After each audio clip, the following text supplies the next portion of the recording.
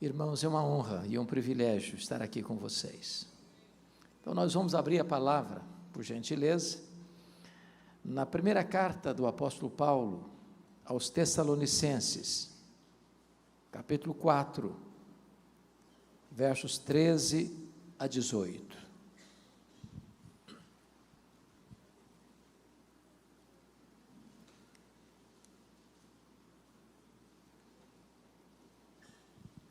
Primeiro Tessalonicenses 4, 13 a 18. Minha palavra hoje é uma palavra de consolo, porque este é o teor desse texto. Não queremos, porém, irmãos, que sejais ignorantes com respeito aos que dormem, para não vos entristecerdes como os demais que não têm esperança. Pois se cremos que Jesus morreu e ressuscitou, assim também Deus, mediante Jesus, trará em sua companhia os que dormem.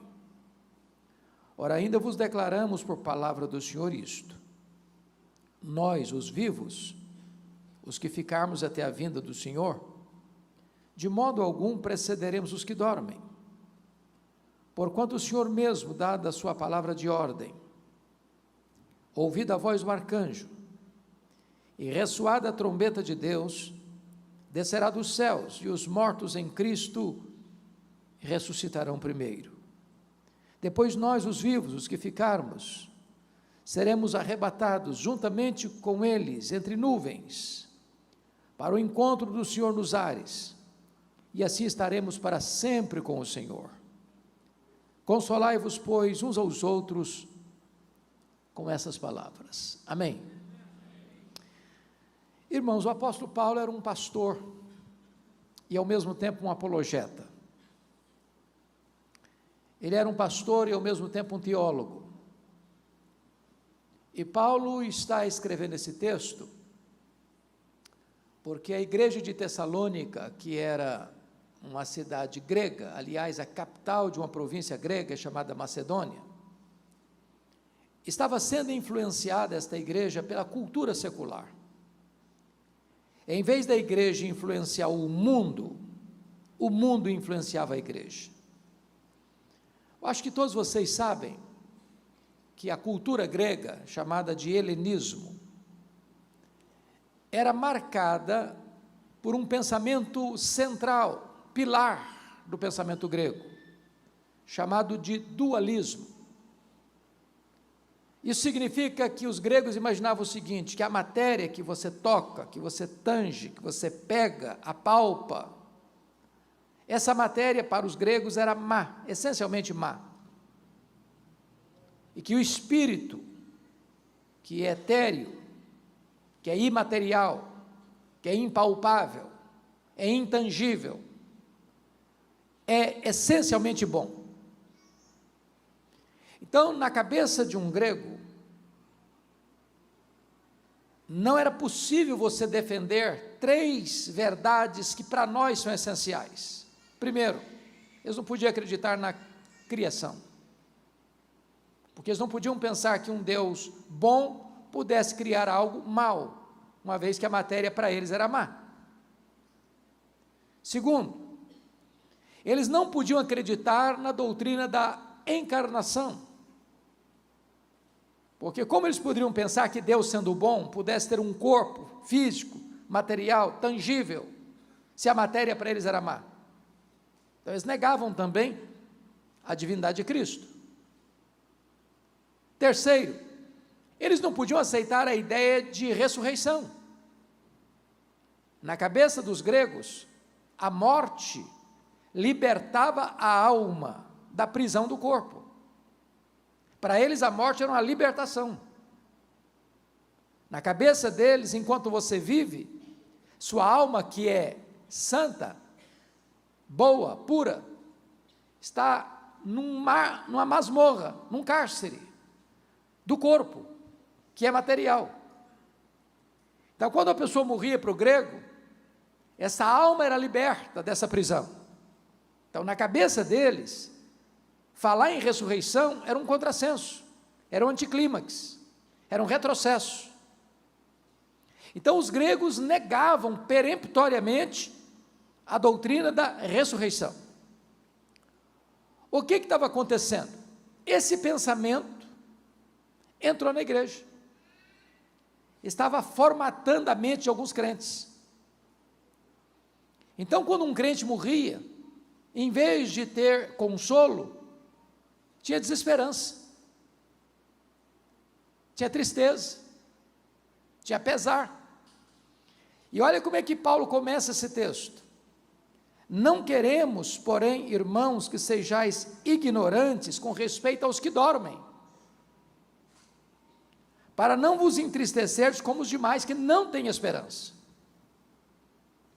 Se a doutrina estiver errada, não tem consolo. Uma doutrina falsa gera confusão, gera pesar, gera tristeza, gera desesperança. Por favor, rapidinho, depois você volta para esse texto comigo. O mesmo problema Paulo está lidando com uma outra igreja que era grega, capital de uma outra província grega, província da Acaia, que era a igreja de Corinto. Olha lá o capítulo 15 comigo, versículo 12 e 13. O mesmo problema aqui. Paulo está escrevendo para essa igreja, tratando desse assunto, porque o pensamento secular entrou na igreja. Versículo 12, capítulo 15. Ora, se é corrente pregar-se que Cristo ressuscitou dentre os mortos, como, pois, afirmam alguns dentre vós que não há ressurreição de mortos? Notem vocês que alguns membros da igreja estavam afirmando isso. Não, os mortos não ressuscitam. Eles até acreditavam na ressurreição de Jesus, mas não acreditavam na possibilidade de um crente morrer e ressuscitar. Por quê? Porque o pensamento do mundo entrou na igreja. E aí Paulo tem que escrever o mais longo texto da Bíblia de ressurreição, para desfazer esse pensamento equivocado dos gregos, e reafirmar uma verdade. Se os mortos não ressuscitam, então Cristo não ressuscitou. E se Cristo não ressuscitou, é vã a nossa fé, é vã a nossa pregação, permanecemos ainda nos nossos pecados, não tem consolo para quem já morreu, e a vida não faz sentido, então comamos e bebamos, porque amanhã morreremos e acabou tudo. Mas de fato Cristo ressuscitou, e Ele é a primícia dos que dormem. Então volta de novo lá para o texto de Tessalônica, por favor, de Tessalonicenses 4. Notem no versículo 13, que Paulo está usando uma figura de linguagem. Não queremos, porém, irmãos, que sejais ignorantes com respeito aos que dormem. Essa palavra dormir é uma figura de linguagem para a morte. A pergunta é, o que dorme? O corpo ou a alma? E a resposta é, o que dorme é o corpo. A metáfora do sono, de dormir, traz duas ideias. Primeiro, quem dorme está descansando. Segundo, quem dorme vai acordar. Se não acordou, não dormiu, morreu. Então a ideia do crente que dormir é que quando o crente morre, está lá em Apocalipse 14, 13, ele descansa das suas fadigas.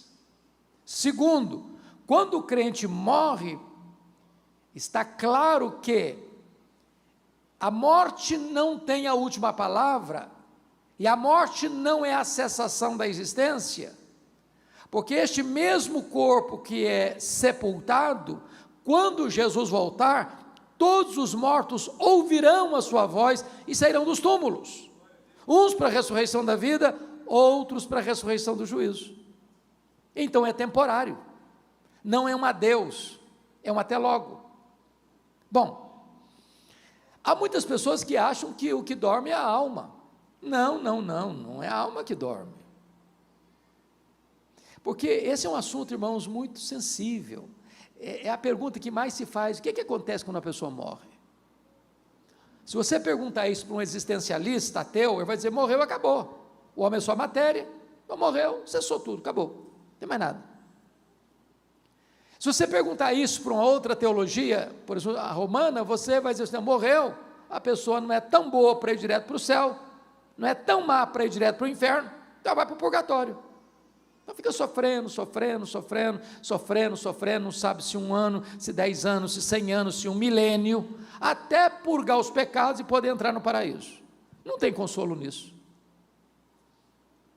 Se você perguntar para um espiritualista, o que acontece quando a pessoa morre? Bom, morreu, o espírito saiu do corpo, desencarnou, fica vagando, depois reencarna, depois desencarna, depois reencarna, desencarna, reencarna, desencarna, reencarna, num processo ad infinito, não tem esperança. Se você perguntar para uma outra vertente religiosa, não, morreu, a alma fica dormindo, inconsciente. Bom, mas também não tem esperança. O que a Bíblia diz? A Bíblia diz que quando um crente morre, ele morrer é deixar o corpo para habitar com o Senhor. Morrer é partir para estar com Cristo, que é incomparavelmente melhor. Hebreus diz que quando um crente morre, seu espírito é imediatamente aperfeiçoado para entrar na glória.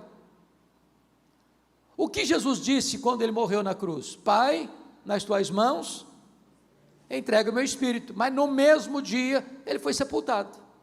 O corpo dele foi para um túmulo, mas o espírito dele foi entregue ao Pai. O que Jesus disse para o ladrão à sua direita que se arrependeu? Hoje mesmo estarás comigo no paraíso. O paraíso não era a sepultura. O paraíso é o céu, é a casa do Pai, é a Nova Jerusalém, é o seio de Abraão, é o lugar de bem-aventurança eterna. Então, Paulo está mostrando para a igreja que quando um crente morre, não é para a gente ficar desesperado, para viver como aqueles que não têm esperança, carimbados pela tristeza. Aliás, você e eu não precisamos ficar fazendo especulação sobre isso, porque há muita especulação. E a primeira razão por que nós não precisamos especular sobre isso, está aí no versículo de número 15, e a primeira verdade que eu quero pontuar, é a revelação. Ora, ainda vos declaramos por palavra do Senhor isto, ou seja, não é uma opinião de um teólogo, não é uma decisão de um concílio eclesiástico, não é uma corrente teológica, é uma revelação de Deus. Deus já se pronunciou sobre o assunto, a palavra dele já traz ensino claro, peremptório, final sobre a matéria, é a revelação de Deus. Então eu não preciso cogitar, eu não preciso especular, eu não preciso ter dúvida, Deus já falou sobre o assunto, é a revelação dele. E talvez um dos assuntos que mais me perguntam, e talvez perguntam ao pastor Júnior, ou perguntam aos irmãos que já são crentes mais maduros na fé, como é que vai ser esse negócio? Como é que vai ser o corpo da ressurreição? Será que nós vamos nos conhecer no céu? Como é que vai ser? Por exemplo, imagine você comigo, morreu um bebê no ventre da mãe, não chegou a nascer, vai ser um feto glorificado no céu? Morreu um bebezinho, acabou de nascer e morreu, vai ser um bebezinho, lá no berço celestial? Ou imagine você comigo, uma pessoa que morre depois dos 100 anos, lá em Vitória nós temos uma irmã muito querida, que completou 109 anos, pasmem vocês, enfia linha na agulha sem óculos, com 109 anos, e eu fico com inveja dela, porque se eu tirar o óculos eu não consigo ler minha Bíblia. Será que uma pessoa que morre com mais de 100 anos, vai ser um vovozinho, uma vovozinha de bengala no céu? Ou uma pessoa que nasceu sem um membro do corpo, vai ser uma pessoa com o corpo amputado lá no céu? Nós não precisamos especular sobre isso, a Bíblia tem revelação sobre isso. A Bíblia diz em Filipenses 3:21 que o nosso corpo será semelhante ao corpo da glória do Senhor Jesus, perfeito, completo. Vai ser um corpo de glória. Vamos nos conhecer ou não vamos nos conhecer no céu? É óbvio que vamos nos conhecer. Irmãos, o céu é glorificação. Aqui você e eu conhecemos como que por espelho, obscuramente. Lá conheceremos como também somos conhecidos. Se eu perguntar aqui para a pessoa que tem mais anos de casado, você conhece a sua mulher? Perguntar para o marido. Ou perguntar para a esposa assim, você conhece seu marido? Se a pessoa for honesta, está dizendo, estou conhecendo ainda. Mas deixa eu mudar a pergunta. Os gregos estavam errados.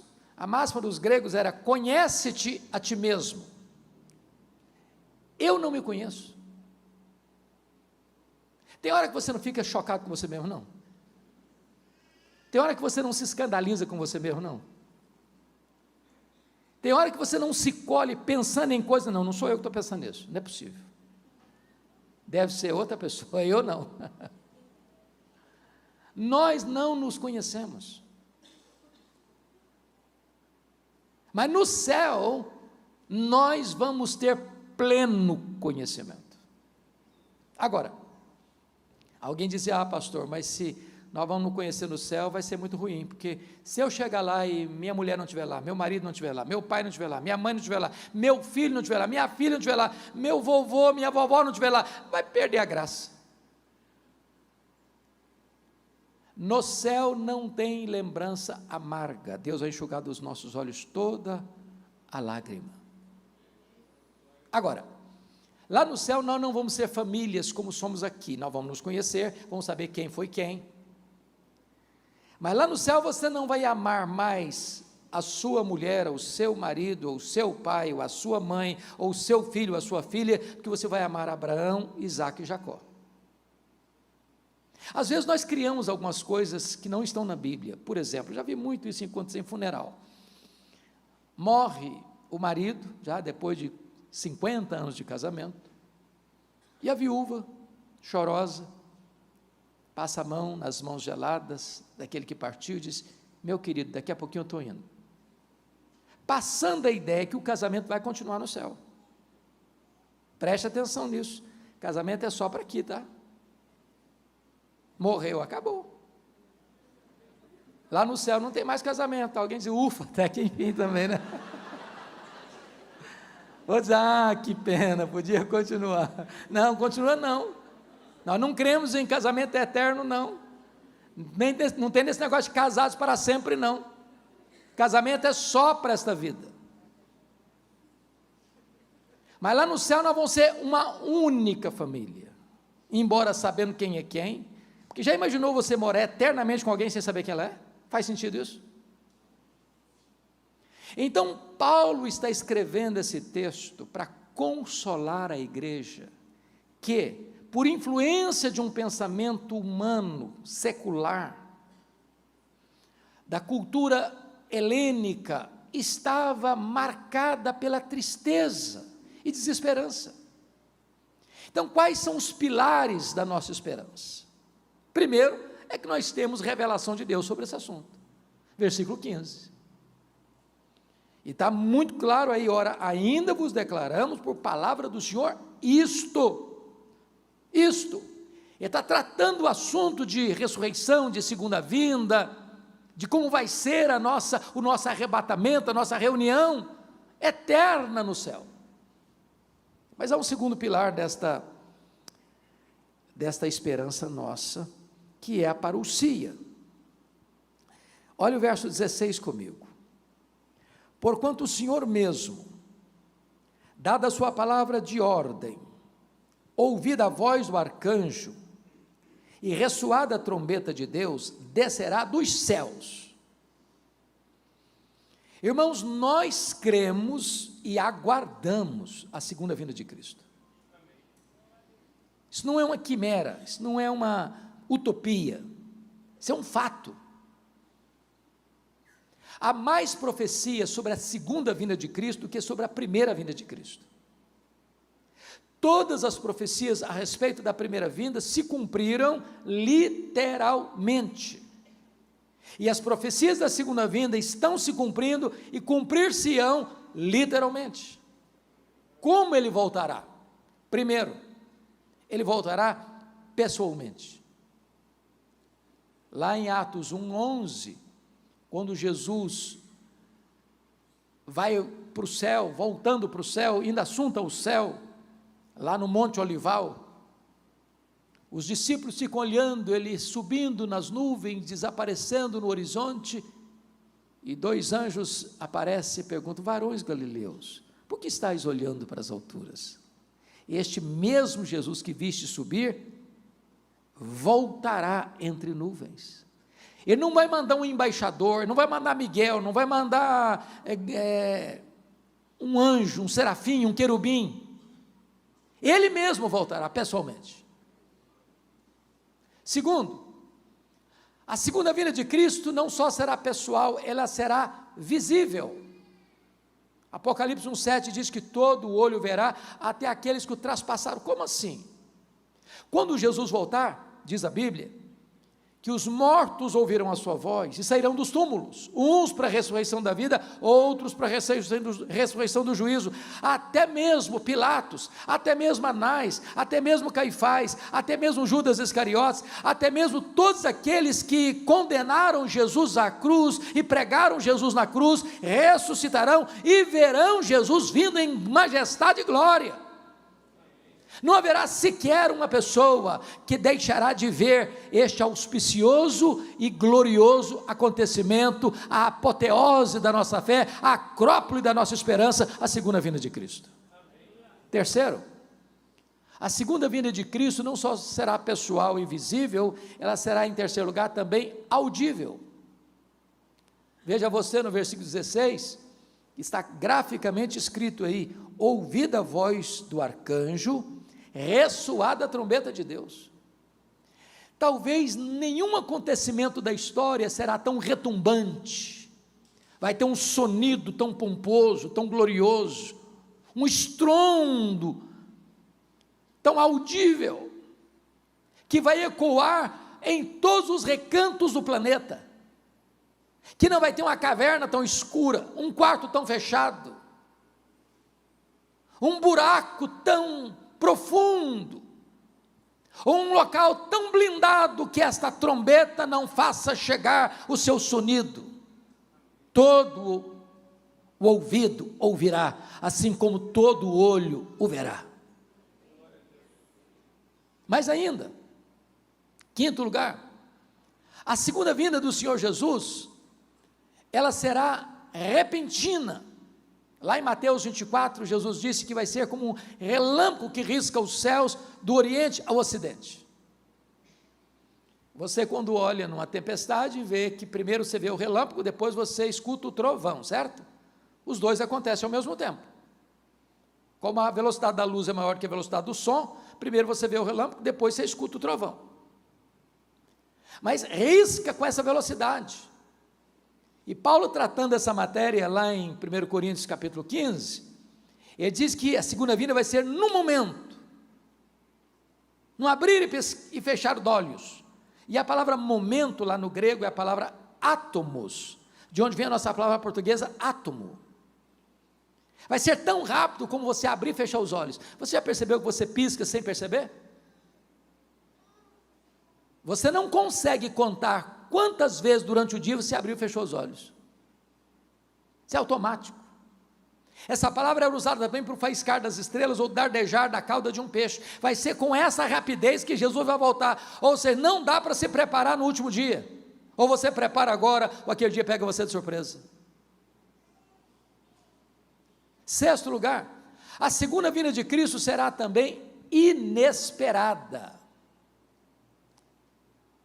Vai ser como um ladrão, que chega sem passar um WhatsApp para você: olha, tal dia, me espere que eu estou chegando na sua casa. Não, não vai ser um dia óbvio, vai pegar todo mundo de surpresa, vai ser um dia comum, você levanta, leva filho para a escola, pega filho da escola, sai de casa para o trabalho, volta do trabalho para casa, você pega o seu carro, ou um avião, vai viajar, vai ser um dia assim. Quando as pessoas não estarão esperando, mas Paulo diz assim: nós não somos filhos das trevas, nós somos filhos da luz, e nós estamos esperando todo dia, e nós estamos na ponta dos pés, aguardando esse dia, dizendo: Maranata, ora vem Senhor Jesus. Mas finalmente, irmãos, esse dia será inescapável. Está lá em 1 Tessalonicenses capítulo 5, que vai ser como uma mulher que está grávida para dar à luz. Ela vai dar à luz. Não tem como contornar essa agenda. Ninguém cancela essa agenda. Não tem autoridade tão poderosa no mundo para dizer: não, eu vou cancelar, Jesus não volta mais, pronto, eu decidi. Não, ele vai voltar. É inescapável. É inescapável. E esse mundo carece de que ele volte, sabe por quê? Esse mundo marcado de injustiça, de violência, de maldade, de corrupção, de tanta coisa que machuca, que fere. Pois Jesus voltará em majestade e glória, e ele vai colocar todos os seus inimigos debaixo dos seus pés, e ele vai reinar em justiça e santidade, e o seu reino durará para sempre. E ele vai pegar os seus inimigos, e diz a Bíblia que ele vai lançar no lago do fogo o anticristo, o falso profeta, o diabo, a morte e todos aqueles cujos nomes não estão escritos no livro da vida, e então ele vai reinar com a sua igreja para sempre e sempre e sempre. Essa é a nossa esperança. Mas me permita trazer o terceiro pilar da esperança cristã, que é a ressurreição. Versículo 16 ainda prossegue: descerá dos céus, e os mortos em Cristo ressuscitarão primeiro. Versículo 15, ele diz assim: ora, ainda vos declaramos por palavra do Senhor isto: nós os vivos, os que ficarmos até a vinda do Senhor, de modo algum precederemos os que dormem. Então, duas coisas aqui. Primeiro, quando um crente morre, ele está falando para a igreja, não está falando do ímpio, ele está falando da igreja. Quando um crente morre, ele não está em nada em prejuízo ao que permanece vivo, em nada. Primeiro, porque já começa a desfrutar do céu antecipadamente. A nossa alma sobrevive sem o nosso corpo. O nosso corpo não sobrevive sem a nossa alma. Você não é um corpo que tem uma alma, você é uma alma que tem um corpo. Então, quando o crente morre, imediatamente a alma deixa o corpo para habitar com o Senhor. E isso é incomparavelmente melhor. Ele já começa a reinar com Cristo. O corpo que foi feito pó, é pó, volta ao pó. E na linguagem bíblica, do momento do sepultamento ao momento da ressurreição, esse corpo está dormindo, como que descansando. Quando Jesus voltar, ele trará em sua companhia os que dormem. É claro que agora ele está fazendo a linguagem da alma ou do espírito que está lá no céu. Estas almas que estão lá no céu glorificadas, reinando com ele desde Abel, a primeira pessoa a morrer na história, todos aqueles que foram remidos pelo Senhor, voltarão com ele em glória, nesse cortejo celestial. E então o que vai acontecer? Primeiro, antes dos vivos serem transformados e arrebatados, os mortos em Cristo restarão primeiro. Não é restarão primeiro em relação a outros mortos ímpios, não. Restarão primeiro, está escrito e claro, em relação aos que estiverem vivos. Ou seja, a ordem cronológica é: primeiro os mortos ressuscitam, segundo os que estiverem vivos serão transformados. Então um crente não está em desvantagem, que morre. Quando na igreja de Tessalônica morria um crente, e eles estavam sem esperança, e eles estavam tristes, é porque eles não conheciam a verdade liberta, a verdade consola, a verdade traz segurança. É óbvio, meus irmãos, que quando morre um crente, normalmente nós da família, amigos próximos, temos tristeza, e a Bíblia diz que o funeral é um lugar de choro mesmo. Jesus chorou diante da sepultura de Lázaro. Você lê o Velho Testamento todo, havia luto. Mas tristeza e luto é uma questão momentânea, revelando a nossa humanidade, mas não é desespero, não é insegurança, não é incerteza. Nós temos consolo. Agora, os mortos em Cristo restarão primeiro. A pergunta é: como é que vai ser esse corpo? A Bíblia responde. Como é que vai ser esse corpo? Lá em 1 Coríntios capítulo 15, a partir do verso 34 até o 44, Paulo vai trazer essa resposta de maneira muito bonita, porque Paulo vai fazer uma pergunta retórica: em que corpo vem? Como ressuscita os mortos? Em que corpo vem? Como é que vai ser esse corpo? E Paulo usa 3 figuras para responder. Primeiro, ele usa a figura da semente. Da semente. Então, como é que vai ser o corpo da ressurreição? Vai ter continuidade e descontinuidade. O que é isso? Se morreu um cara crente, vai ressuscitar para a ressurreição da vida. Se morreu descrente e ímpio, vai ressuscitar para a ressurreição do juízo. A morte não é uma varinha de condão que muda ninguém. Morreu salvo, vai para o céu. Morreu perdido, vai para o inferno. Não tem conversa. Morreu o Zé da Silva, não é o Antônio Pereira que vai ressuscitar, é o José da Silva. É continuidade. Esse corpo que vai ressuscitar vai ter identidade. É por isso que você pode reconhecer Moisés e Elias no monte. Não vai ser uma outra pessoa, é a mesma pessoa com a mesma identidade. Agora, o que vai ser descontinuidade? O que vai ser diferente? Paulo responde: semeia-se na corrupção, ressuscita-se na incorrupção. Ou seja, esse corpo nosso é susceptível ao desgaste do tempo. Ele vai ficando velho, ele vai ficando cansado, ele vai ficando enrugado, ele vai ficando caquético. Não tem para onde fugir. Eu até concordo que as mulheres são mais inteligentes que os homens, nisso admito. Elas driblam isso um pouco melhor do que os homens, né? Um bom cosmético dá uma boa trabalhada, né? Às vezes a pessoa acorda como um caos, e passa um bom cosmético, vira um cosmos, né? Daqui a pouquinho uma boa cirurgia plástica ajuda muito, mas chega uma hora que, ainda que Pitangui ressuscitado dentre os mortos, já não tem mais jeito de consertar, né? As pernas ficam bambas, os joelhos trôpicos, as mãos descaídas, os olhos embaçados, e diz os entendidos que cada fio de cabelo branco que brota na sua cabeça é a morte chamando você para um duelo. Então, não tem para onde fugir. Mas o corpo da ressurreição não vai ficar velho, não vai ficar cansado, não vai ficar caquético, não vai ficar enrugado, e nunca vai ficar debilitado. Boa notícia para as meninas: o corpo da ressurreição não vai brigar nem com o espelho, nem com a balança. Não é uma boa notícia?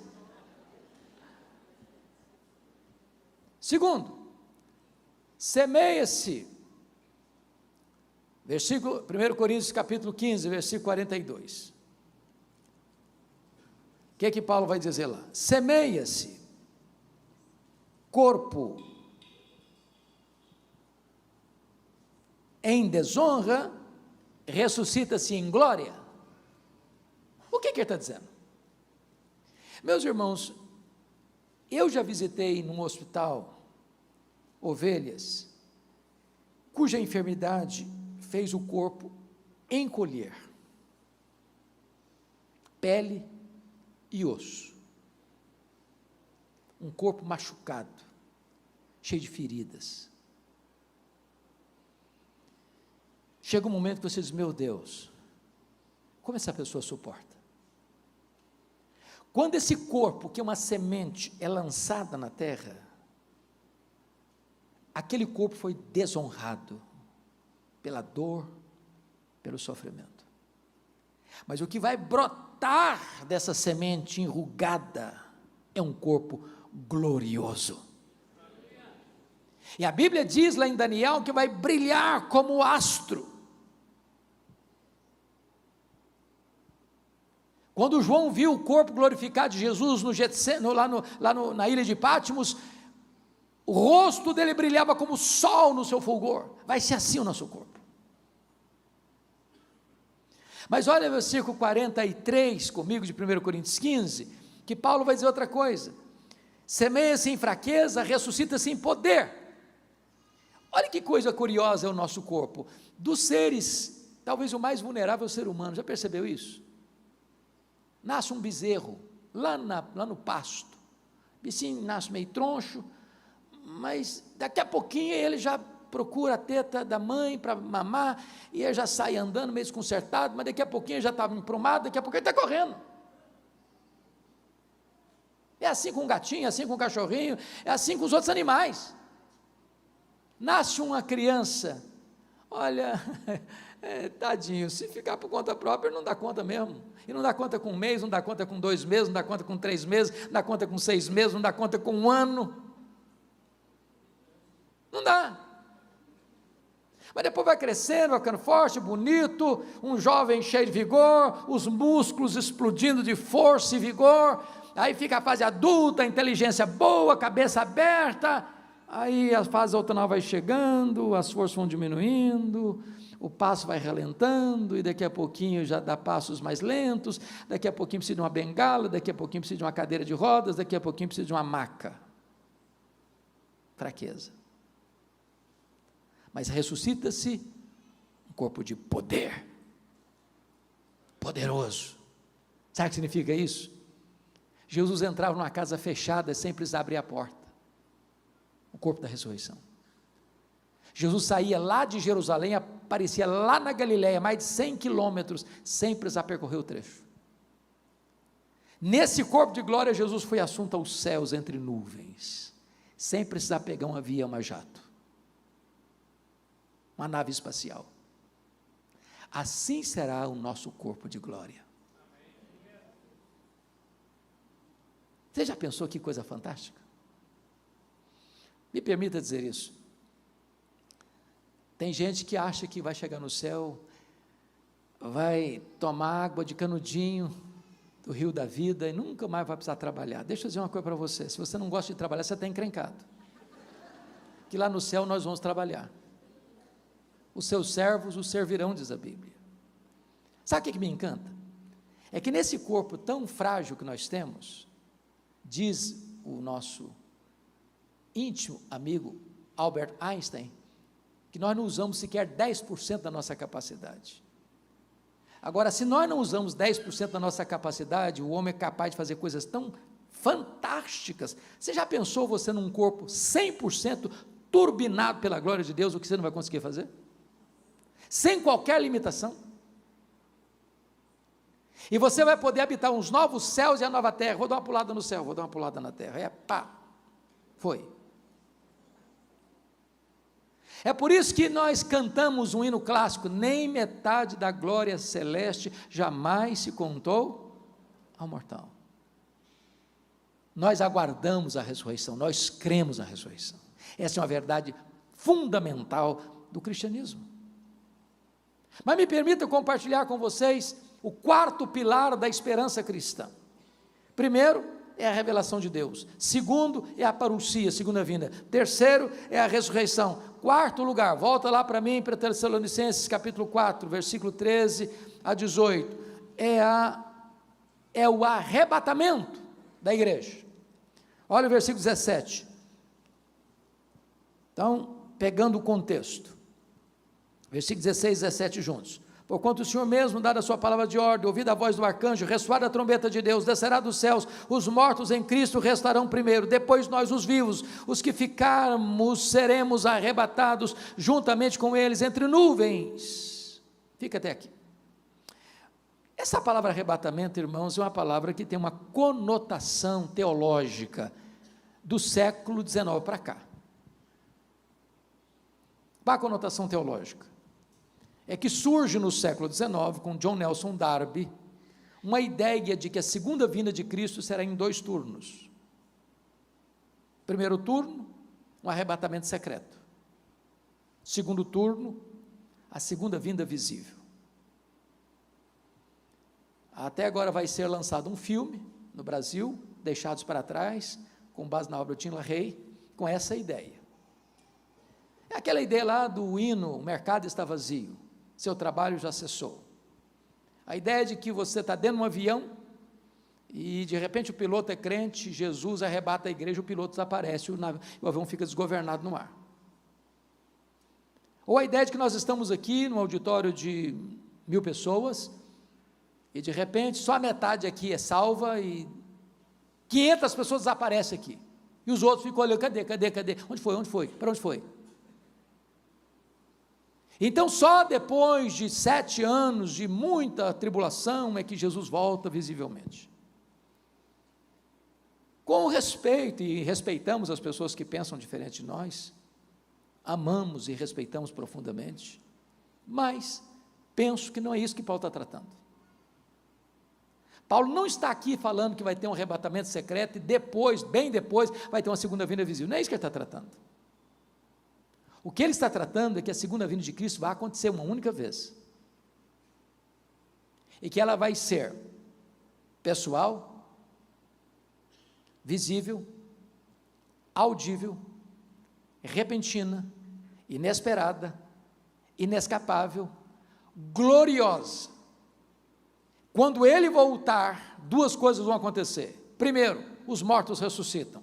Segundo, os vivos, os que estiverem vivos, está lá em 1 Coríntios 15, serão transformados. E aqui está escrito, e arrebatados, juntamente, para o encontro nas nuvens. Ou seja, quando Jesus voltar, quem morreu, a alma já estava no céu, volta com Jesus. O corpo ressuscita, se une àquela alma que já estava no céu.